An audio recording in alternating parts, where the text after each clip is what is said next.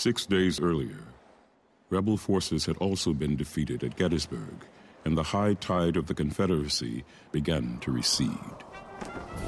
In South Carolina, the rebel fortification Battery Wagner was Charleston Harbor's first line of defense.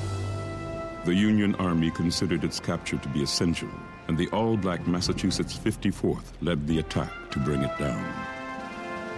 My dear wife, we are on the march to Fort Wagner to storm it. We have just completed a successful retreat from James Island. We fought a desperate battle there Thursday morning.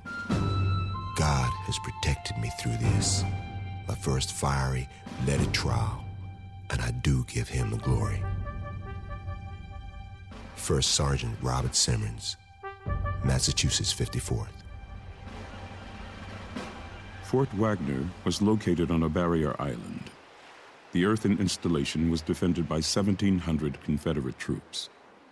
When the attack came, some 600 men of the Massachusetts 54th marched across an open beach. The Union soldiers were cut down by a devastating torrent of gunfire.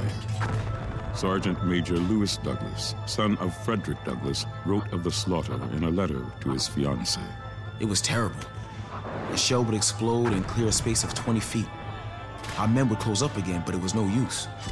How I got out of that fight alive, I cannot tell. But I am here. Remember, if I die in a good cause. Sergeant Major Lewis Douglas.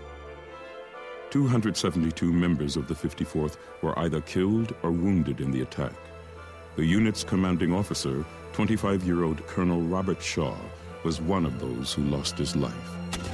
We were exposed to a murderous fire from the battery of the fort. Mortal men could not stand such a fire. When the men saw their gallant leader fall, they made a desperate effort to get him out. But they were shot down or reeled in the ditch below. Corporal James Gooding. When the color bearer was wounded, Private William Carney raced forward to rescue the American flag. As the former slave fought his way back to the Union lines, he was shot in the head, chest, right arm, and both legs. Despite his wounds, the 23-year-old soldier staggered into camp, clutching the bloody flag. His surviving comrades broke into cheers as William Carney proudly exclaimed, "Boys, I did my duty. The dear old flag never touched the ground." Private William Carney. For his actions that day, William Carney was awarded the Medal of Honor.